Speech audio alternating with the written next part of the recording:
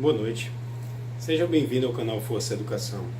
Hoje eu queria conversar com vocês sobre a obra de Émile Durkheim e queria tratar especificamente do que vem a ser solidariedade a partir do pensamento de Durkheim. Isso é muito importante, pois nós vamos observar que hoje, na nossa sociedade, nós encontramos fenômenos bastante semelhantes aos quais impulsionaram os estudos de Durkheim. Bem, eu quero dizer que se você chegou nesse canal pela primeira vez, sinta-se convidado a assistir o conteúdo por ao menos 3 minutos. Nesse período, por favor, deixe o joinha. Assistiu 3 minutos, por favor, se inscreva. Se você não conseguir assistir os 3 minutos, tire esse joinha. Vá para outro canal, busque outras informações. Se possível, converse com os parceiros do canal. Nós temos várias pessoas com conteúdo variado, muito bacana, muito legal e que eu indico a todos. São pessoas maravilhosas e que terão prazer em dividir o seu tempo e o seu trabalho com você. Voltando ao tema da divisão social do trabalho. Essa é a obra que nós vamos analisar hoje.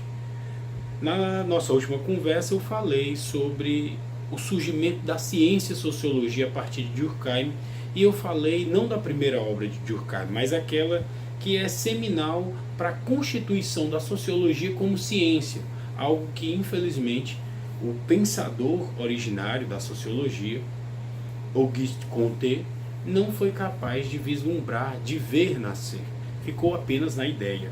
Durkheim vai ser aquele que vai dar à ciência sociologia o status de verdadeiramente ciência humana. E ele vai conseguir isso por uma aproximação de 2 elementos que o próprio Comte já havia enunciado antes. O primeiro, uma aproximação da metodologia indutiva desenvolvida pelas ciências naturais, a questão da experimentação. A segunda, o direito, a ciência jurídica, que em todas as sociedades, desde as mais primitivas, se expressa e se exterioriza. Durkheim vai começar a sua obra tratando das transformações ocorridas entre os séculos 17 e 18. Durkheim vai dizer que a sociedade se transformou de uma maneira tal que o século 19 não poderia deixar de ser senão o século da ocasião do estudo da sociedade, mas um estudo mesmo, e não mera aferição de valores ou atribuição de conceitos ou busca por explicações rápidas. Durkheim vai se pautar num pensamento desenvolvido ainda no final da Idade Média, precisamente pelo filósofo e matemático René Descartes. Durkheim vai basear-se precisamente naquilo que Durkheim falou como a dúvida sistemática, a qual as pessoas reproduzem indistintamente sem apreciar exatamente o que seria isso. A dúvida sistemática, que enuncia a célebre frase penso logo existo, ou em latim cogito ergo sum, é nada mais do que a sistematização da dúvida. Não é você duvidar por duvidar ceticamente, mas é você duvidar ao ponto de encontrar os elementos, racionalmente falando, que lhe fazem acreditar numa determinada coisa. Por exemplo, se você está muito apaixonado por uma pessoa, você começa a duvidar da sua paixão. Não, ela não é tão bonita. Não, ela não é tão legal. Não, ela não é a pessoa que mais combinaria com o meu modo de ser. E aí você vai buscando as respostas para essa dúvida até se convencer por completo do seu sentimento profundo. Mas Durkheim vai dizer que, mais do que isso, esse raciocínio tem que se afastar dos sentimentos e mergulhar profundamente na racionalidade. Como Durkheim vai olhar para a sociedade dos séculos 17 e 18 que fizeram surgir e se estabelecer o sistema ou o modo de produção capitalista. Muito simples.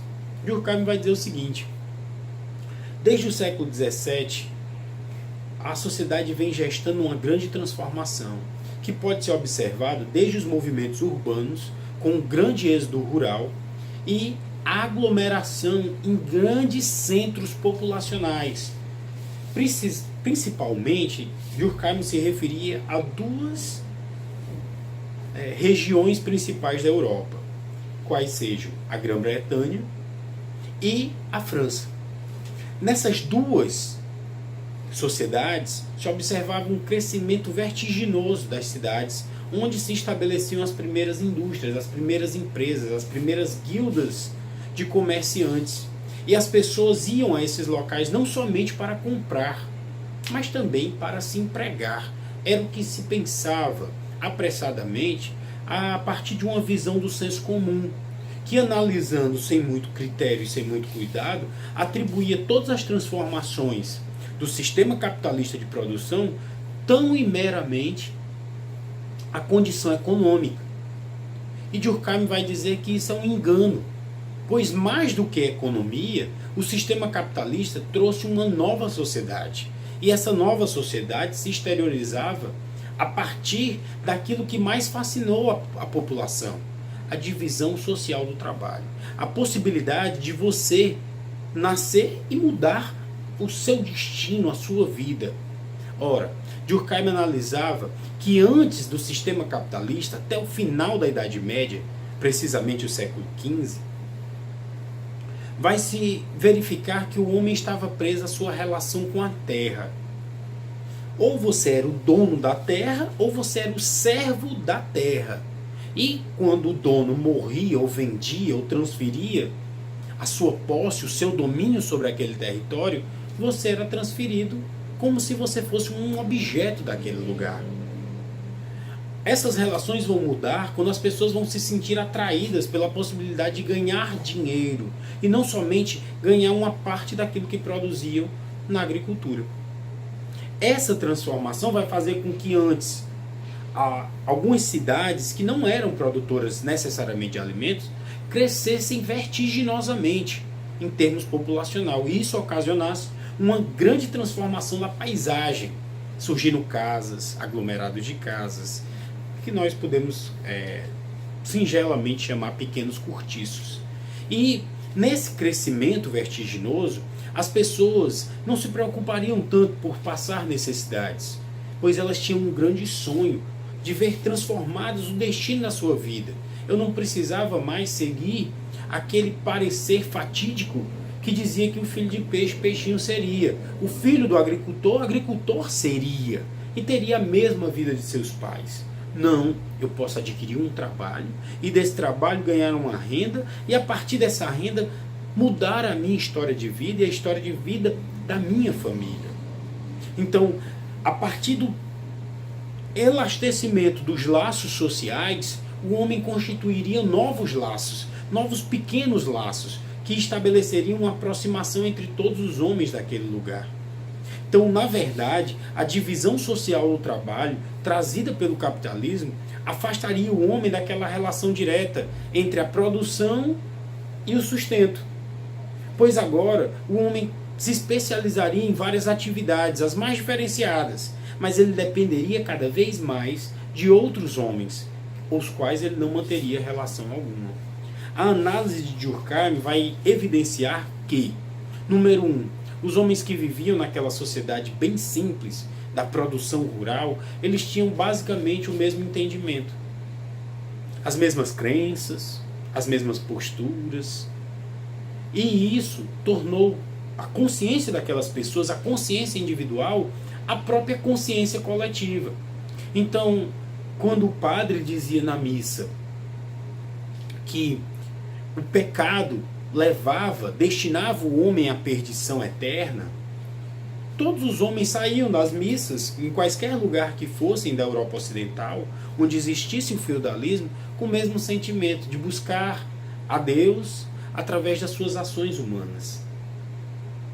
Mas quando os homens começaram a perceber que eles não necessitavam obrigatoriamente trabalhar na terra para garantir o seu sustento e receber as bênçãos de Deus, os homens começaram a buscar novos relacionamentos. E isso desemboca também no que aconteceu no século XVI, com Reforma Protestante com renascimento cultural, com revoluções sociais. E essas revoluções, tudo isso, toda essa efervescência originava nas pessoas um sentimento de que elas poderiam ser livres em seu destino uma das outras. Essa liberdade entre as pessoas redundou necessariamente na constituição de uma nova solidariedade, de uma nova moral, que não determinava que elas deveriam sempre viver juntas, como no passado, ligados à terra. Mas elas deveriam viver juntas enquanto sociedade. E aí, o produtor rural ele estaria intimamente ligado, por exemplo, ao industrial, ao trabalhador da indústria, pois o produtor rural produziria o alimento que aquele trabalhador da indústria iria consumir. E o trabalhador da indústria produziria os tecidos da época, os equipamentos que poderiam ser aplicados no meio rural. E isso estabeleceria uma nova forma de sentir, uma nova solidariedade, uma nova integração social entre as pessoas. Era isso que dizia Durkheim. Para quem não entende perfeitamente, eu posso ser mais claro. Na obra da divisão social do trabalho, Durkheim vai falar que é o seguinte: as sociedades, quanto mais primitivas, elas se preocupavam muito com o direito punitivo. Tudo que agia contrário ao sentimento social era considerado errado e deveria ser punido severamente. Então aquele que não ia, por exemplo, à igreja aos domingos, seja protestante ou católica, deveria ser severamente punido. Deveria ser excomungado, preso, surrado ou até expulso da cidade.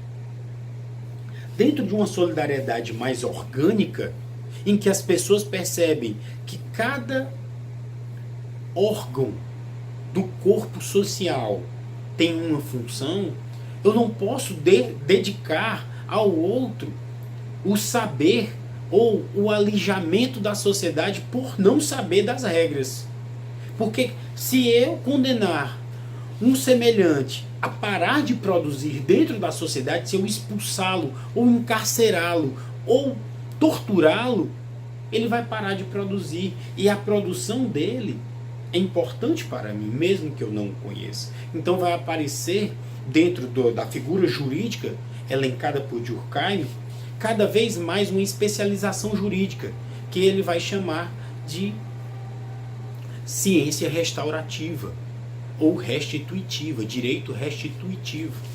É engraçado porque hoje nós falamos na nossa sociedade, em termos jurídicos, muito da justiça restaurativa, em que aquele que causou um dano a um terceiro é buscado a conciliar, a chegar ao meio termo para que a ação não se prolongue no tempo e muito mais as pessoas não sintam só o desejo de punir, de vingança, mas a justiça promova antes de tudo entre aqueles indivíduos que estão em conflito, em lide, como é o termo jurídico, a possibilidade de sentar e conversar e estabelecer um meio termo que seja um ponto de ancoragem para estabelecimento de uma nova relação.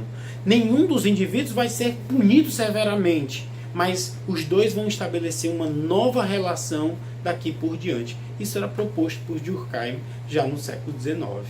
Mais e melhor, Durkheim vai falar ainda que a produção capitalista trouxe uma nova mentalidade, em que o homem percebeu que o seu destino pertencia a ele. Cada vez mais o homem percebeu que ele tinha o direito a uma consciência individual. E o que o mantinha integrado à sociedade como membro do tecido social era a coesão, a integração das diversas atividades que cada um desempenhava e de que todos dependiam, indistintamente. Essa era a consciência coletiva de que nenhum poderia sair, ninguém poderia ser obliterado, esmagado, dispensado de fazer o que fazia em sociedade. Todas as ações tinham seu valor e, portanto, todas as pessoas deveriam ser estimuladas a realizarem. E aí é onde entra, para aqueles que estão buscando, o elemento que se conecta à nossa sociedade atual. E eu quero falar precisamente da prática do e-commerce. Mas mais especificamente, vamos falar de Hotmart, market e também de marketplace. Marketplace, né, traduzindo bem grosseiramente, seria espaço de mercado ou um espaço no mercado. Traduzindo de uma forma mais compreensível, seria um shopping center virtual, em que você, um pequeno produtor, pode vender dentro de um site de uma marca famosa. As mais famosas que a gente conhece, que mais são divulgadas, né, o Alibaba, o AliExpress, né, que é do Alibaba também, a Amazon, né, para aqueles que não entendem, Magazine Luiza, Mercado Livre, OLX, todos são exemplos de marketplace. iFood, a iFood é um marketplace ainda mais específico. Por quê? Porque a marca iFood, ela nasceu simplesmente como e-commerce. Não existia uma marca reconhecida em sociedade de venda de alimentos com esse nome, diferentemente dos outros exemplos que eu disse anteriormente. E para você participar da iFood, você tem que pagar uma taxa mensal e ainda uma participação nas vendas. E qual é a importância de você entrar no e-commerce através do marketplace? Você não só vai olhar pelo lado econômico. Não, o lado econômico é um dos elementos. Você vender mais. Mas você vai ter também um ganho de seguidores, um ganho de divulgação da sua marca e principalmente o reconhecimento do valor agregado à sua marca. Pois, por exemplo, se eu abrisse hoje uma ótica com o meu nome, com a minha marca, ninguém daria muita importância. Mas se eu colocasse a minha marca para vender no site da Ray-Ban, ou Ray-Ban, como a gente chama aqui no Brasil, os meus óculos ganhariam automaticamente a incorporação de um valor imaginário da sociedade. Esse valor seria a consciência coletiva, de que se eu estou vendendo no site da Ray-Ban, é porque os meus óculos são Ray-Ban. Tem a mesma qualidade e o mesmo valor agregado, o valor de uso. E ele é distintivo dentro de uma sociedade como uma coisa legal, como uma coisa boa. Em inglês, algo bastante cool. E aí nós começamos a ver que o e-commerce, que começou de uma maneira bastante travada, com leis que às vezes até impediam mais do que incentivavam, hoje é extremamente disputado, pois há marcas e marcas super famosas de marketplace. Casas Bahia, Ricardo Eletro, são marcas famosas que no e-commerce funcionam como marketplace. E aí é onde eu entro também no Hotmart. Pessoas estão deixando seus empregos e estão passando a vender na internet. Vender para seus associados. Eu sempre vejo vídeos muito interessantes, pessoas legais mesmo, de boa comunicação, de boa aparência, de articulação de ideias, super incrível. Por que está acontecendo essa mudança? Porque está ocorrendo uma nova transformação social. O modo de produção capitalista, ele está dando lugar a outros modos de produção. E que esse novo modo de produção, ele não é só uma produção no sentido estrito da palavra, como algo econômico, mas ele vai trazer toda uma transformação moral nas nossas crenças, nas nossas relações jurídicas, pois vão ter que aparecer leis para regular, tanto no direito do consumidor, quanto também no direito dos contratos, no direito civil. Era isso que Durkheim falava. Até mesmo a maneira de professar a fé. Eu uso o nosso canal para divulgar a minha fé cristã. Então, se você gostou desse vídeo, deixa o joinha, se inscreve no canal e participe das discussões. Quero deixar um recado aqui ao meu amigo Max Sport. Ele pediu um vídeo específico e eu vou realizar com o maior prazer do mundo. É só porque nesse momento eu queria fazer o fechamento do pensamento durkheimiano, que eu acho muito atual e que é pouco explorado tanto nas universidades quanto no ensino médio, e os nossos jovens precisam aprender. Muito obrigado e boa noite.